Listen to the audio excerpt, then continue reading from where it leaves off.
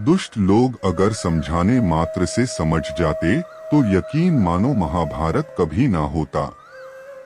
इस संसार में मनुष्य किसी भी रूप में बड़ा नहीं होता, बल्कि मनुष्य के पीछे जो ताकत खड़ी होती है वो ज्यादा बड़ी होती है। जब आपके जीवन के चारों ओर हताशा और निराशा हो, जब दुखों ने आपको हर जगह से घेर रखा हो, तब आप सच्चे मन से कृष्ण जी के नाम का दीपक जलाना और अपना सब हाल श्री कृष्ण को सुना देना। श्री कृष्ण स्वयं आपके सब दुख हरने आएंगे। कोई आपका साथ ना दे तो निराश मत होना, क्योंकि परमात्मा से बड़ा हमसफर कोई नहीं होता। खुशी आजादी पर निर्भर होती है और आजादी इस बात पर निर्भर होती है कि आप कितने साहसी हैं। विश्वास के बगैर इस दुनिया में कोई भी रिश्ता ज्यादा देर तक कायम नहीं रह सकता। यदि किसी भूल के कारण कल का दिन दुख में बीता तो उसे याद कर आज का दिन व्यर्थ ना करें। जो लक्ष्य में खो गया समझो वही सफल हो गया। दुर्योधन सभी पांडवों को मार देना चाहता था, इसीलिए उसने लाक्षागृह में पांडवों को मारने की योजना बनाई। लाक्षागृह के षड्यंत्र से किसी तरह सभी पांडव बच गए और वेश बदलकर वन में रहने लगे।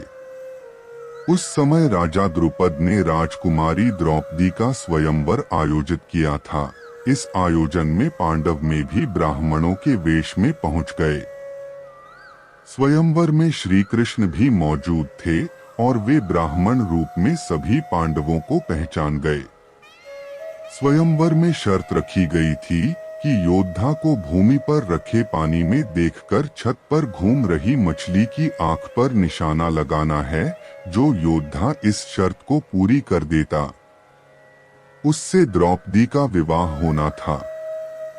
जब अर्जुन इस प्रतियोगिता में शामिल होने पहुंचे तो श्री कृष्ण ने उन्हें समझाया कि मछली की आंख में निशाना कैसे लगाना है।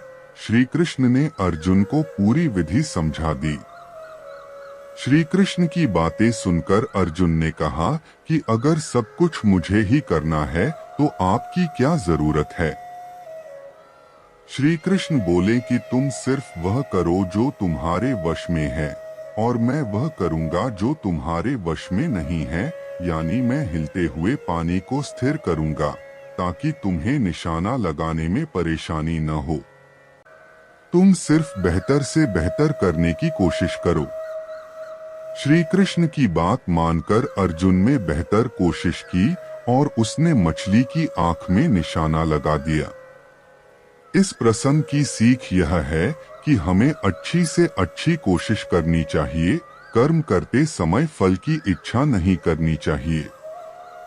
अगर फल हमारे पक्ष में नहीं आता है तो निराशा का सामना करना पड़ता है।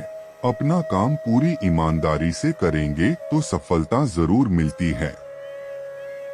जब अर्जुन इस प्रतियोगिता में शामिल होने पहुंचे तो श्री कृष्ण ने उन्हें समझाया कि मछली की आंख में निशाना कप में सेमीफाइनल मैच में भारत इंग्लैंड के हाथों हार गया। इस पर तमाम भारतीय क्रिकेट प्रेमी टीम को कोस रहे हैं और अपनी भड़ास निकाल रहे हैं। ऐसे में भगवान कृष्ण का जीवन चरित्र सहज ही याद हो आता है। मथुरा की एक कैद में माता देवकी के गर्भ से जन्मे कृष्ण ने अपने आचरण से मानव जाति के सामने कई ऐसे उदाहरण रखे जो जीने की राह दिखाते हैं। ऐसा ही एक उदाहरण है उनके रणछोड़ बनने का। जी हाँ, एक बार कृष्ण भी युद्ध को बीच में ही छोड़कर मैदान से भाग गए थे, फिर भी शत्रु का वध हुआ और हजारों निर्दोष नागरिकों की सुरक्षा हुई। भगवान श्री कृष्ण का जन्म कंस का वध कर समस्त पृथ्वी लोक को उसके अत्याचारों से मुक्त कराने हेतु हुआ था।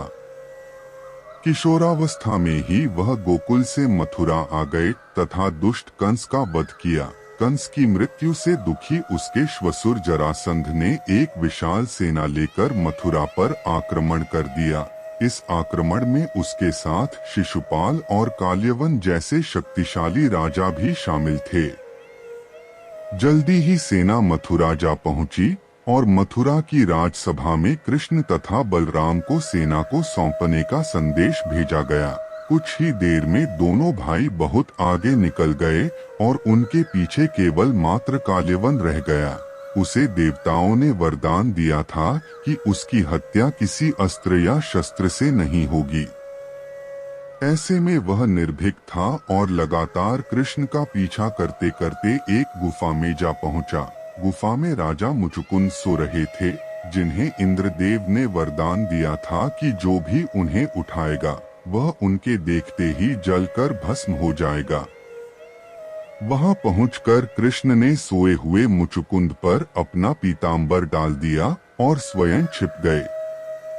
काल्यवन भी वहां जा पहुंचा और सोए हुए राजा मुचुकुंद पर पीतांबर देख उन्हें ही कृष्ण समझ बैठा।